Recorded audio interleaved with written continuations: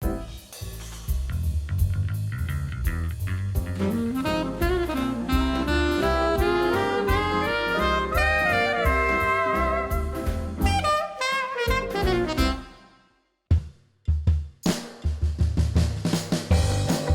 of the biggest supporters of Canadian music is actually Australian. He's award-winning rock journalist, author, and interviewer Ritchie Yorke, who went on to work closely with John Lennon, Van Morrison, and Led Zeppelin, among others. Ritchie says his interest in music began during his teen years in his native Australia. I was 16 years old. I got a job in an out-of-town radio station in a rather conservative Bible Belt type area, Toowoomba in Australia. And I had a weekly radio show on a Saturday night where I played records. By then I'd gotten myself somehow on the Motown mailing list out of Detroit. I was getting records shipped out every week from Motown, and one came up one week called Fingertips Part 2 by this guy no one had heard of, Little Stevie Wonder. Turned out he was 12 years old and blind, and even more, this song went to #1 on the American charts, as did his album, The 12-Year-Old Genius. This had never happened before. This area that I was in was somewhat racist, and I was called into the program manager's office after I first played this record, and they said to me, I quote, "We don't want none of that nigger music here, boy. Do not play that on our station." So I thought, gee, this is interesting. I felt there was time to draw a line. So the next Saturday night I went to work at the station, locked myself in the studio and put on Fingertips again and played it 8 times until they got down there and fired me from working on the station. That was when I realized early in the piece that if I wanted to pursue rhythm and blues music by Afro-American artists, I was probably in the wrong country. So in 1966, Ritchie packed his bags and moved to England, where he landed a job with Island Records. A year and a half later, he packed up once more and this time headed for Canada. So I came to Canada and was, warmly embraced here and got here. And even though I couldn't find a job at first, it was very difficult and no one cared that I'd been involved in rock and roll in England. But I wanted to get to where rock and roll came from. So I came to Canada, which I knew was next to the United States and would give me access, I thought, to what lay ahead. But this journey I only expected to be 18 months. It turned out to be 20 years. When Ritchie arrived in Canada, the music scene was still growing. Ritchie Yorke was a major force in taking it to the next level. I knew nothing about the Canadian music scene, basically, except one record I'd heard, Fortune Teller by Bobby Catola. But I got here, and as it happened, strangely enough, I discovered a scene just about ready to burst forth. And all it was lacking was belief. And my first trip to the United States was with the Lords of London, a Canadian group who had a hit at that time called Cornflakes and Ice Cream. So my first ever step on United States soil was in Cleveland, which is to many the birthplace of rock and roll. It's certainly where Alan Freed got the radio coverage going. The Canadian music scene was very interesting to me because people could really play, but there was no ownership of it locally. No one really thought much of this. It didn't really mean much to Canadians. And I got involved with a campaign involving some other Canadian people who saw things in a similar light. People such as Walt Grealis and Stan Cleese of RPM and Richard Flowhill, the publicist. And we began a campaign to get the CRTC to introduce a domestic content quota, which struck me as being the way to create an industry immediately. You create the music and then there'll be a demand. And there's been a lot of talk about whether that was good or bad since. I still say to this day it was the best thing that ever happened to Canadian music. All these wonderful artists that have come out of Canada, I doubt if they would have if there hadn't been that Canadian content law. For years, people were cursing me because they had to play these beavers, these Canadian records they didn't want to play because it was easy to follow the American program experts who said play this, this, this, and this, and it just had created something new, and I really think it's a good thing. I mean, it's a pity that you do have to legislate to make a culture happen, but I think in this case you did. In late May of 1969, one of Ritchie's rock and roll pals called to say he was in Toronto for a few days and wanted to get together. That pal was John Lennon. I established a relationship with John and with Derek Taylor, and when Derek and John and Yoko arrived here from the Bahamas, they gave me a call. "Ritchie, coming down and let's have a chat. Love to see you." So I went down, did an interview for the Globe, and we also talked about where the bed-in might be held. We sat and talked in this room about, was Toronto the right place? And I didn't think it was. It was the old good grey Toronto at those days. They rolled up the sidewalk at night. It was not the city it is now. I thought that Montreal was a more sophisticated city and more suitable to do an international bed-in, and also it was an hour's flight from New York, which enabled the media to come up from New York and interview John. That was the whole purpose of it, to get the message to Americans when John couldn't get entry. This is an area of his life that I don't think's been documented all that much. This little period when Canada played such a big role in John's life. When in 1969, the country that he really wanted to be in, because good things happened, was Canada. I think it's a great acknowledgement of Canada's position in 1969, that it was a country thought of as free-spirited, different than America because it wasn't involved in the Vietnam War, and encouraging people who didn't want to kill people in Vietnam to come up and find a home here. I mean, I just thought it was so wonderful that John and Yoko were using their fame for something very positive, rather than just glorifying their own egos, which so many rock artists did in that day and now. They were trying to present a message. They were trying to bring social change through music, and I think that's a very noble intention. John and Yoko quickly left Toronto and set up camp in room 1742 at the Queen Elizabeth Hotel in Montreal, where they began a week-long bed-in for peace.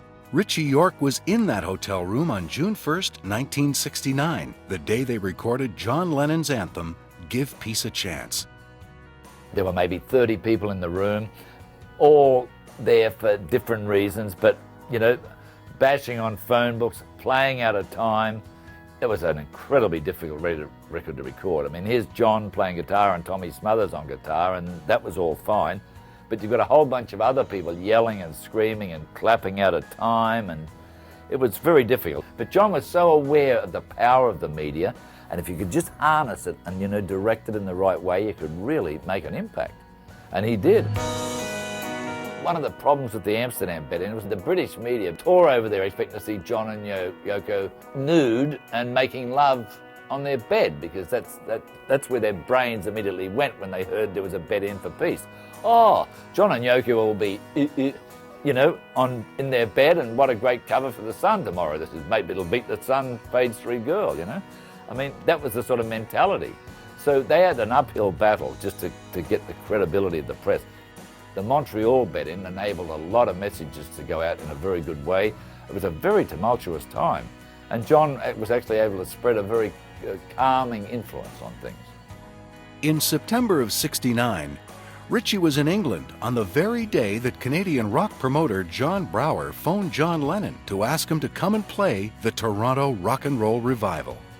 It's all about timing in rock and roll, and that was the absolute proof of it. I walked into the Apple offices because I had organised an interview with George for the following Monday to talk about Abbey Road, and I just wanted to go in and make sure everything was together. And John heard me in the corridor just as John Brower rang him and was pitching him, come over to Toronto, you know, there's this great show we got going on with all these idols you've got, people you love. And he just wanted John and Yoko to come along as guests, but to them that was like being the king and queen at some tournament. And they immediately wanted to play. If they were going to be there, they'd play. And so I was able to convince John that John Brower and his associates were good people, worth dealing with. It was a legitimate offer, and give it a chance. Little did I know, really, that John was just desperate to get out of the Beatles and that he wanted an opportunity to play without them. It all just fell into place. As I say, it's all about good timing. John and Yoko flew back to Canada in December of '69 for a meeting with then Prime Minister Pierre Trudeau to discuss the Lennon's peace campaign. The couple took a train from Toronto to Ottawa, where they met with Trudeau, then had an additional meeting with Health Minister John Munro. It seemed logical that we needed to have John connect with the politicians of Canada. He'd been to Canada for epic events twice in 1969. He's coming back in December, and it's obvious that we should get him together with the Prime Minister, who was, of course, at that time a very understanding and amiable man with a world view second to none, Pierre Trudeau. John had been ignored by other political leaders. It was a logical thing that Trudeau and John Lennon should meet, and it was a wonderful meeting. I mean, here's a guy who's met everybody that matters in the world, essentially. I mean, Elvis on down. Nothing is going to really overwhelm John, you wouldn't think. But he was really really nervous about meeting the Prime Minister. He was like pacing the floor, smoking, chain smoking. He was smoking everything he could, just totally, nervous as heck. And there was a 10-minute interview schedule which turned into almost an hour, which speaks for itself. John and Yoko asked Ritchie to help spread their war is over peace message. So Ritchie recruited rocker Ronnie Hawkins and hightailed it around the world. We got to Hong Kong, did the press conference. Ronnie Hawkins and I travelled around the world, went to 15 countries, and we lob into Hong Kong and we do a fabulous press conference at the Mandarin Hotel. And then one of the younger reporters pipes up and says, it's all great to tell us, and suggest, John and Yoko's war is over if you want it. We obviously believe that. We're there for that. But what about this country nearby here with almost 1 billion people? They don't get it. Why don't you tell them? And me, being naive and young, said, sure, let's tell them. How can we, So from there, we rode out to Long Ma Chau, the border point, Ronnie Hawkins and myself, and held up posters at the border.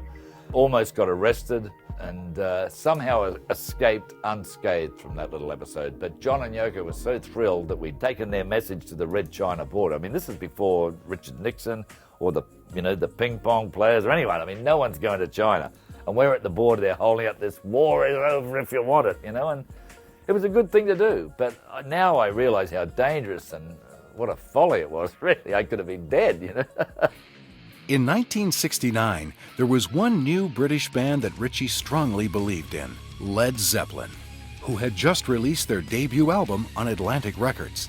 Well, Jerry Waxer of Atlantic Records very kindly sent me an advance white label acetate of the Led Zeppelin album, and with no publicity about nothing, just have a listen to this. And I thought it was sensational. To me, it was obvious that Led Zeppelin were the next big thing. Strangely enough, it wasn't that obvious to other people, especially Rolling Stone and other publications who trashed the band's first album in a huge way. I didn't. And Peter Grant, their manager, and the band were always grateful for me for standing up at a time when other people didn't. I mean, plenty of people got on the bandwagon later and said, oh yeah, I always knew Led Zeppelin, but they were a bit thin in the ranks when it started. They were very gracious and invited me on all their tours. Whenever anything significant was happening with them, they invited me down to cover it at their expense. And it was just a wonderful relationship. During his career, Ritchie has written 8 books and contributed chapters to many others. His 1971 book on Canadian music, Axis Chops and Hot Licks, although long out of print, remains a classic. So, after more than 40 years of observation, what does Ritchie think about the music scene in Canada today?